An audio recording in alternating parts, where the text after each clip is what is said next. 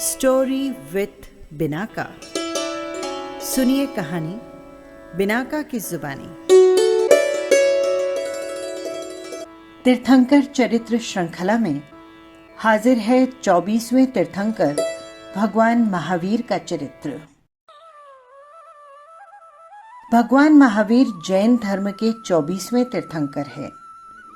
उनका व्यक्तित्व संपूर्ण विकसित व्यक्तित्व था। उस व्यक्तित्व में आत्मा की अनंत आभा दीप्यमान थी।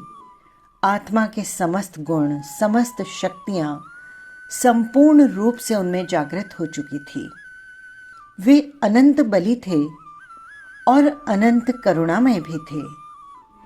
संपूर्ण आत्मबल जागृत हो जाने के कारण वे देव और दानवों से भी अपराजय थे। इस प्रकार एक अखंड, अपराजय और संपूर्ण विकसित मानवीय व्यक्तित्व था, जिसका नाम था महावीर स्वामी। उन्होंने पूर्व जन्मों में तप संयम के दीर्घकालीन साधना द्वारा अपनी आत्मा को तीर्थंकर या अरिहंत पद के योग्य बनाया। भगवान महावीर के कुल 27 भव अर्थात 27 जन्म हुए, जो कि क्रमशः इस प्रकार है। पहले भव में नयसार हुए, दूसरे भव में 100 धर्म देव, एक पल्योपम आयुष्य वाले देव बने। तीसरे भव में भरत चक्रवर्ती के पुत्र मरीचि हुए। चौथे भव में 5वें देवलोक के 10 सागरोपम आयुष्य वाले देव बने। 5वें भव में कोल्लक गांव के 60 लाख पूर्व आयु वाले कौशिक नाम के ब्राह्मण बने। छठे भव में पुष्पमित्र नाम के ब्राह्मण हुए। 7वें भव में 100 धर्म देवलोक के मध्य स्थित वाले देव बने। 8वें भव में चैत्य नामक गांव में 84 लाख पूर्व आयु वाले अग्निघोत नाम के ब्राह्मण हुए। 9वें भव में ईशान देवलोक में मध्यम आयु वाले देव हुए।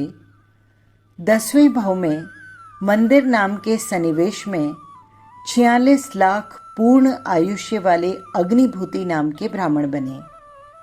11वें भव में सनत कुमार देवलोक में मध्यम आयु वाले देव हुए। 12वें भव में श्वेतांबरी नगरी में 44 लाख पूर्व आयु वाले भरद्वाज नाम के ब्राह्मण हुए। 13वें भव में महेंद्र देवलोक में मध्य स्थिति वाले देव बने। 14वें भव में राजगृह नगर में स्थावर नाम के ब्राह्मण बने। 15वें भव में ब्रह्मलोक के मध्यम आयु वाले देव बने। 16वें भव में राजगृही नगरी के विशाखाभूति के विश्वभूति नामक पुत्र हुए। 17वें भव में महाशुक्र देवलोक में उत्कृष्ट आयुष्य वाले देव हुए। 18वें भव में देवायु पूर्ण करके 16वें भव में प्रजापति राजा के पुत्र त्रिपुष्ट वासुदेव के रूप में अवतरित हुए। 19वें भव में वासुदेव की आयुष्य पूर्ण करके वहां से वे 7वीं नरक में गए। 20वें भव में 33 सागरोपम की नरक की आयुष्य पूर्ण करके तिर्यंच गति में केशरी सिंह हुए। 21वें भव में चौथी नरक में नारकी के रूप में उत्पन्न हुए। 22वें भव में रथपुर नगर में विमल नाम के राजा हुए। 23वें भव में महाविधेय क्षेत्र में मूका नाम की नगरी में वे चक्रवर्ती राजा बने। 24वें भव में महाशुक्र देवलोक में 70 सागरोपम आयुष्य वाले देव हुए। 25वें भव में प्राणात नाम के देवलोक में देव हुए। 26वें भव में 10वें देवलोक के देव के रूप में जन्म लिया और 27वें भव में क्षत्रिय कुंड नगर के सिद्धार्थ राजा के यहाँ उन्होंने जन्म लिया, जिन्हें हम भगवान महावीर के नाम से जानते हैं। भगवान महावीर का जन्म विक्रम संवत 542 ईस्वी सन 599 पूर्व भारतवर्ष के पूर्वांचल में हुआ। जन्म से पहले एक रात माता त्रिशला सुरम्य शयन कक्ष में कोमल शैया पर लेटी हुई थी। अचानक 14 स्वप्न देखकर वे जागृत हो उठती हैं। उनका अंग अंग पुलकित और रोमांचित सा हो जाता है। शैया त्याग कर त्रिशला देवी भद्रासन पर बैठ जाती है। वे सोचती हैं कि एक साथ इतने दिव्य शुभ स्वप्न, इनका शुभ फल क्या होगा। ये सोचकर वे महाराज सिद्धार्थ को अपने शुभ स्वप्न सुनाती हैं। स्वप्न सुनकर महाराज सिद्धार्थ अत्यंत प्रफुल्लित और गदगद स्वर में कहते हैं, हे देवी, आपके स्वप्न कल्याणकारी हैं। हमें अर्थ लाभ, भोग लाभ, सुख लाभ और पुत्र लाभ होगा और इसी के साथ राज्यों की भी वृद्धि होगी। आप भाग्यशालिनी हैं जो एक साथ इतने शुभ स्वप्न देखे हैं। इन शुभ स्वप्नों का अर्थ ये सूचित करता है कि आप जिस पुत्र रत्न को जन्म देंगी वो संसार में अति विशिष्ट और अद्वितीय व्यक्तित्व वाला होगा। इस धरती पर जितने भी शुभ लक्षण, शुभ तत्व हैं, उन सबकी संचित निधि के रूप में होगा ये पुत्र। निमित्त वेत्ताओं ने जब देवी त्रिशला के श्रीमुख से स्वप्न सुने तो पंडितों ने चिंतन कर स्वप्न का शुभ फल इस प्रकार बताया। राज राजेंद्र महाराज सिद्धार्थ, स्वप्न शास्त्र के अनुसार 72 शुभ स्वप्न होते हैं। उनमें 42 सामान्य फल देने वाले और 30 शुभ फल देने वाले होते हैं।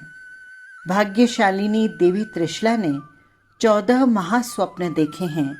वे अतिशय शुभ और दिव्य फल की सूचना करते हैं। इस स्वप्न के अनुसार देवी त्रिशला एक चक्रवर्ती पुत्र की माता होंगी। बसंत का महीना, प्रकृति अपने संपूर्ण सौंदर्य के साथ विकसित थी। दिशाएं स्वच्छ और निर्मल थी। शीतल सुगंधित पवन मंद मंद गति से प्रकृति के कण कण को आनंदित कर रही थी। मध्य रात्रि का शांत नीरव समय, धरती और आकाश पर चारों ओर दूधिया चांदनी छितराई हुई थी। चैत्र शुक्ला त्रयोदशी की शुभ तिथि, उस पुण्य घड़ी में माता त्रिशला ने एक दिव्य शिशु को जन्म दिया। शिशु क्या था? एक दिव्य प्रकाश पुंज था। धरती पर चरण रखते ही क्षण भर के लिए समूचा संसार आलोक से जगमगा उठा। प्रकाश की वो दिव्य किरणें देखने के लिए जैसे अंधों को भी आंखें मिल गई। नारक जीव अपनी वेदना भूल गए। कलह, संघर्ष और युद्ध बंद हो गए। जन्म भर के भूखे प्यासे जन जैसे अमृत पीकर अपूर्व तृप्ति का अनुभव करने लगे। सर्वत्र शीतल सुगंधित आरोग्यदायी हवाएं बहने लगी। असाध्य रोगी भी आरोग्य का अनुभव करने लगे। जन्मजात वैरियों के मन में मैत्री की लहरें उठने लगी। तीनों लोक में एक अज्ञात आनंद की हिलोर उठी। शिशु के जन्म लेते ही समूचे संसार के वातावरण में कुछ समय के लिए अद्भुत परिवर्तन आ गया। भगवान के जन्म का सुखद समाचार सुनकर समस्त देवलोकवासी हर्ष से नाचने लगे। सर्वप्रथम देवराज शकेंद्र ने आकर भगवान को नमस्कार किया। फिर रत्न कुक्षी धारिणी माता त्रिशला को 3 बार प्रदक्षिणा दी। सभी देव देवियां, गंधर्व, किन्नारियों ने मिलकर गीत गाए, नृत्य किया और तीर्थंकर देव का जन्म कल्याणक उत्सव मनाया। सर्वत्र 56 दिक्कुमारियों ने स्तुति का कर्म किया और देवताओं ने जन्म का उत्सव मनाया। शकेंद्र आदि देवताओं ने मिलकर मेरु पर्वत पर ले जाकर भगवान का जन्म अभिषेक किया और उनकी जन्म महिमा की। महाराज सिद्धार्थ के मन में एक कल्पना उठी। उन्होंने महामात्य को बुलाकर कहा, अमात्यवर, हमारे कुल में पुत्र जन्म के उत्सव का परंपरागत आयोजन तो हमेशा ही होता है, आज भी होगा, परंतु आज कुछ नया विलक्षण होना चाहिए। महामात्य ने निवेदन किया, महाराज आप आज्ञा दीजिए, जैसा आप चाहते हैं वैसा ही होगा। महाराज सिद्धार्थ ने कहा, आज बंदी गृह के समस्त बंदियों को मुक्त कर दो। समस्त कर्जदारों के कर्जे माफ कर दो। जिनके पास आवश्यक सामग्री खरीदने के साधन नहीं हैं, उन्हें वस्तु खरीदने के लिए धन दो। व्यापारियों से कहो, अन्न वस्त्र आदि वस्तुएं आधे मूल्य में दी जाए।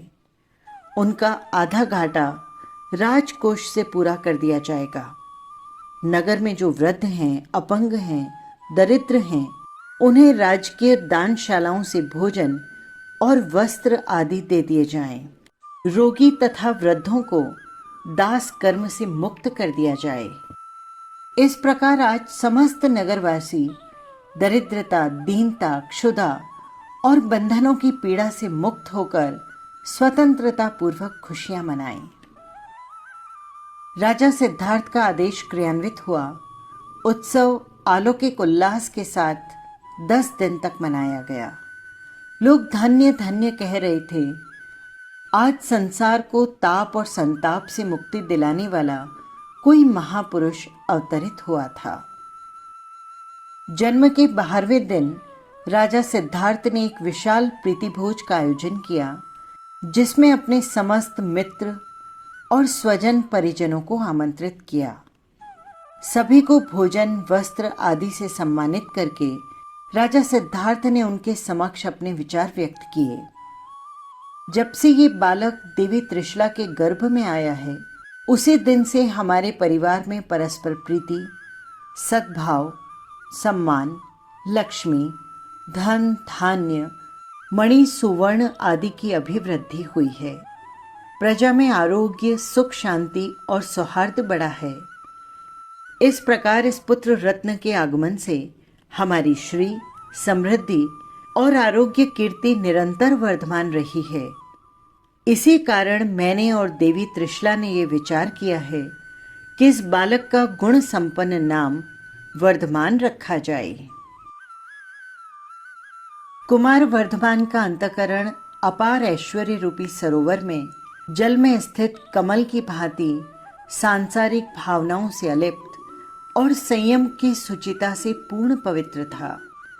अपार ऐश्वर्य एवं राज वैभव का आकर्षण कभी उनके मन को मोह नहीं सका। माता पिता के अत्यधिक स्नेहाग्रवश महासमंत समरवीर की रूपवती और गुणवती कन्या यशोदा से उनका पाणी ग्रहण हुआ। यशोदा से एक पुत्री का जन्म हुआ, जिसका नाम रखा गया प्रियदर्शना। शिक्षा आदि पूर्ण करने पर प्रियदर्शना का विवाह क्षत्रिय कुमार जमाली के साथ संपन्न हुआ। आचार्य सूत्र के अनुसार वर्धमान के 3 नाम बहुत प्रसिद्ध हुए। वर्धमान नाम उनके माता पिता ने रखा। स्वाभाविक सन्मति होने के कारण समण या श्रमण नाम पड़ा। महावीर नाम उनकी अप्रतिम वीरता, निर्भीकता और सहिष्णुता को देखकर देवताओं ने रखा, और साथ ही अत्यंत निर्मल बुद्धि होने के कारण महावीर का नाम सन्मति भी प्रसिद्ध हुआ।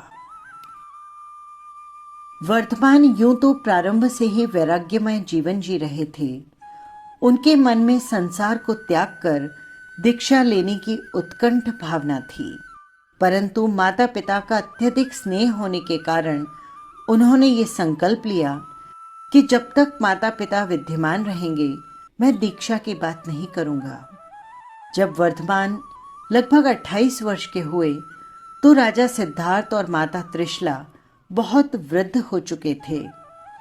जीवन के अंतिम समय में उन्होंने संलेषना संधारा कर देह का त्याग किया। माता पिता के स्वर्गवास के पश्चात वर्धमान ने अपने बड़े भाई नंदीवर्धन को दीक्षा लेने का अपना संकल्प बताया। नंदीवर्धन बोले, भाई, अभी माता पिता के शोक से मेरा हृदय बहुत दुखी है। तुम्हारा वियोग होने से मेरा दुख और भी गहरा हो जाएगा। इसीलिए मेरा स्नेहाग्रह मानकर 2 वर्ष तक और रुको।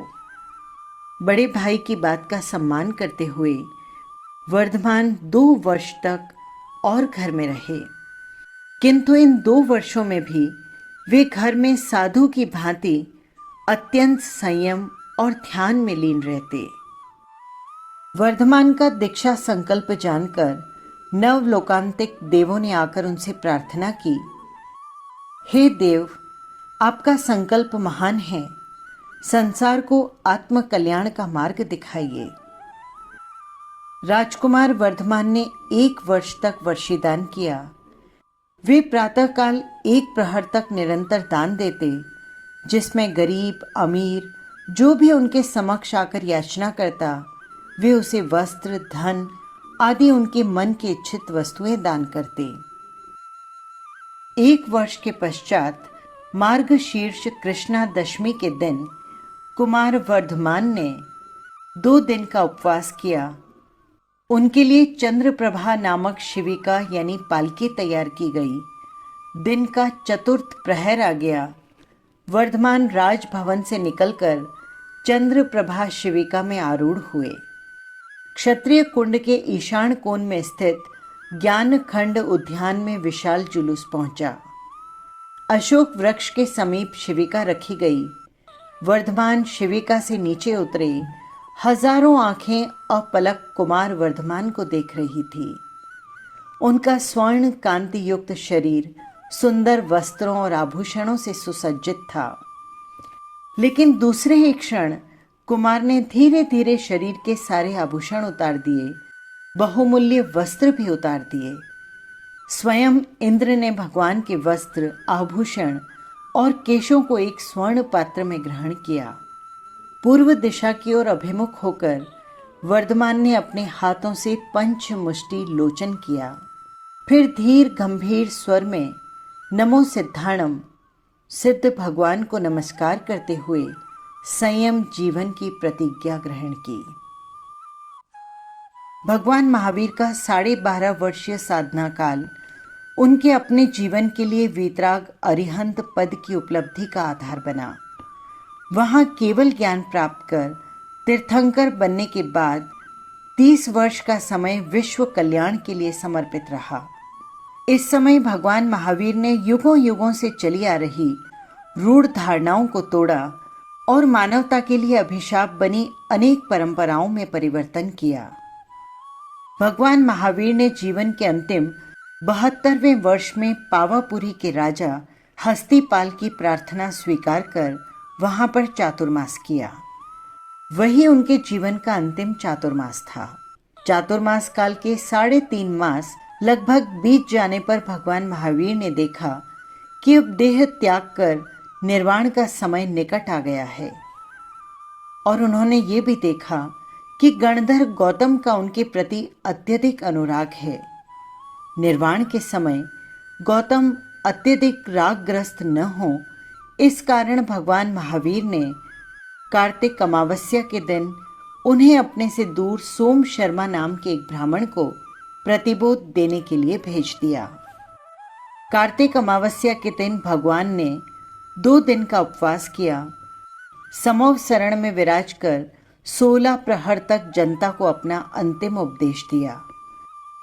कार्तिक अमावस्या की मध्य रात्रि के पूर्व में ही भगवान महावीर ने समस्त कर्मों का क्षय कर देह त्याग कर निर्वाण प्राप्त किया। कुछ क्षणों के लिए समूचे संसार में अंधकार छा गया। देवताओं ने मणि रत्नों का प्रकाश किया।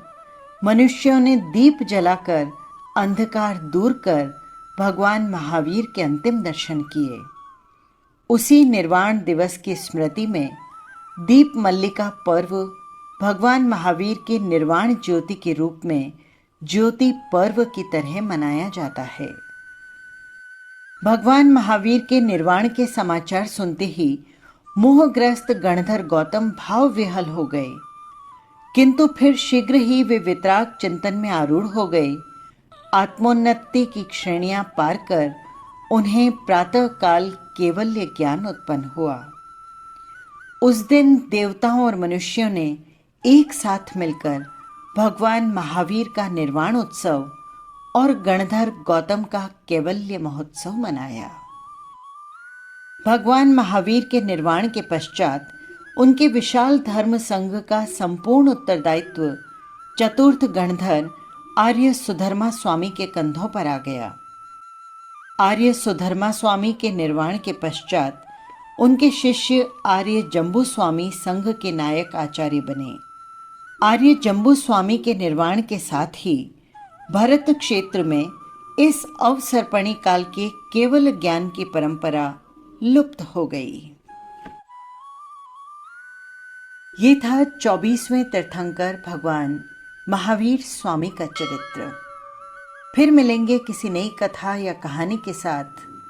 जय जिनेंद्र।